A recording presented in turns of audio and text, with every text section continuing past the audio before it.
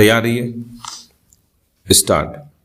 अपीलार्थी ने वर्ष 1992 में यह कथन करते हुए न्यायिक पृथक्करण के लिए एक याचिका प्रस्तुत की कि उसकी पत्नी प्रत्युत्तरदाता संख्या 2 ने उसका वर्ष 1987 से ही अभित्याग कर दिया है। विराम।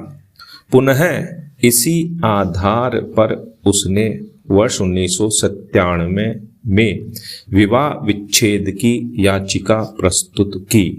विराम। जिस पर वर्ष 2000 में विवाह विच्छेद की आज्ञप्ति पारित कर दी गई। विराम। वर्ष 1987 से 2000 के बीच अपीलार्थी की पत्नी ने भरण पोषण के लिए कोई दावा नहीं किया। विराम। अपीलार्थी ने विवाह विच्छेद की आज्ञप्ति पारित होने के 1 वर्ष बाद दूसरा विवाह कर लिया। विराम।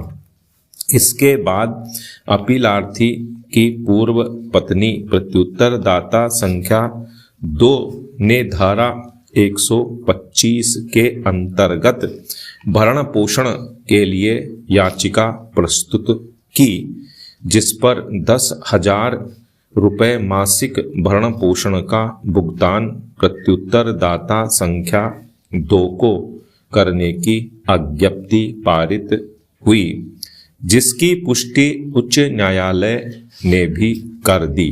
विराम। अतः अपीलार्थी ने यह अपील प्रस्तुत की। विराम। पैरा। उच्चतम न्यायालय में अपीलार्थी का मुख्य तर्क यह था कि धारा 125(4) के प्रभाव में अपीलार्थी भरण पोषण के लिए उस समय उत्तरदायी नहीं है जब पत्नी ने स्वयं ही पति अपीलार्थी का अधित्यजन कर दिया है। विराम।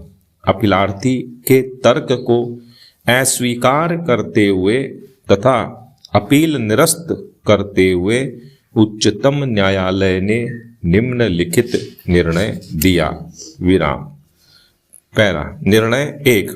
मामले के निर्णय के लिए दंड प्रक्रिया संहिता 1973 की धारा 125(1) और 4 का प्रावधान प्रासंगिक है, जो इस प्रकार है। पैरा। 125 पत्नी, संतान और माता पिता के भरण पोषण के लिए आदेश। 1. यदि पर्याप्त साधनों वाला कोई व्यक्ति का अपनी पत्नी का जो अपना भरण पोषण करने में असमर्थ है या ख ग घ का भरण पोषण करने में उपेक्षा करता है या भरण पोषण करने से इनकार करता है, तो प्रथम वर्ग मजिस्ट्रेट ऐसा साबित होने पर ऐसे व्यक्ति को निर्देश दे सकता है कि वह अपनी पत्नी का भरण पोषण के लिए ऐसी मासिक दर पर जैसा मजिस्ट्रेट ठीक समझे मासिक भत्ता दे। पैरा। स्पष्टीकरण क। पैरा। ख।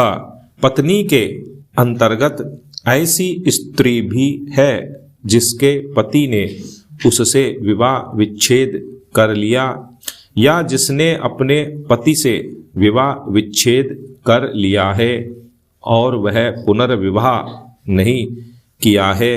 पैरा 2, 3। पैरा 4।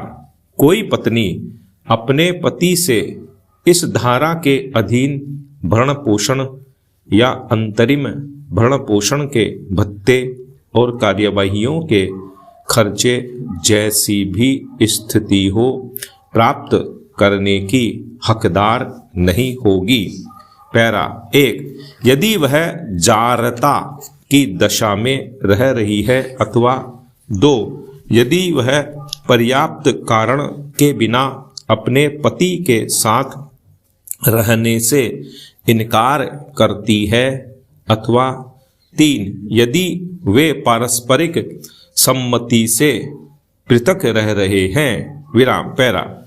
अपीलार्थी की ओर से तर्क किया गया है कि धारा 125 के उपखंड 4 की शर्तों के अधीन कोई भी पत्नी जिसने अपने पति का अधित्यजन कर दिया है, भरण पोषण का दावा नहीं कर सकती है, और चूंकि पत्नी के अंतर्गत वह पत्नी भी शामिल है जिसका विवाह विच्छेद हो चुका है, इसलिए वह पत्नी जिसका अधित्यजन के आधार पर विवाह विच्छेद हो चुका है, धारा 125(4) की शर्तों में भरण पोषण की हकदार नहीं होगी, विराम।